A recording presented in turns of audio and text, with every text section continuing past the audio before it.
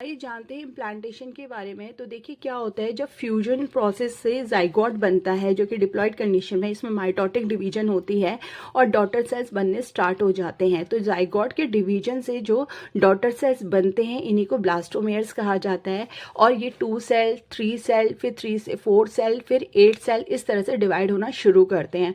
तो जो 8 cell stage होती है इसे अर्ली मॉड्यूलर स्टेज कहा जाता है। उसके बाद जो 16 सेल स्टेज होती है उसे लेट मॉड्यूलर स्टेज कहा जाता है। 16 से ये डिवाइड होती है 32 सेल स्टेज में, इसे कहा जाता है ब्लास्टोसिस्ट। ब्लास्टोसिस्ट में क्या होता है कि जो हमारे सेल हैं वो अपने आप को 2 लेयर्स में अरेंज कर लेते हैं। जो आउटर लेयर होती है इसे ट्रोफोब्लास्ट कहा जाता है, इनर लेयर होती है उसे इनर सेल मास कहा जाता है। और इनर सेल मास है इसमें क्या होते हैं, स्टेम सेल्स होते हैं। तो नाउ जो स्टेम सेल होते हैं इसमें पोटेंसी होती है टू ग्रो एज एम्ब्रियो, यानी कि क्योंकि ये ग्रो कर सकता है ऑर्गन्स को, टिश्यूज को, तो ये ग्रो करना शुरू कर देता है एम्ब्रियो को।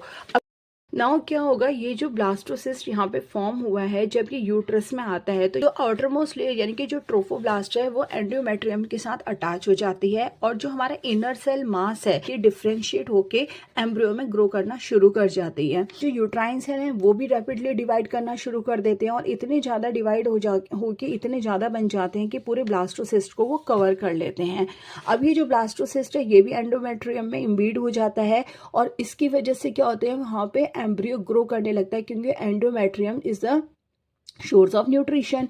तो वहाँ पे क्या होता है, एम्ब्रियो ग्रो करने लगता है और इसी की वजह से प्रेगनेंसी होती है। तो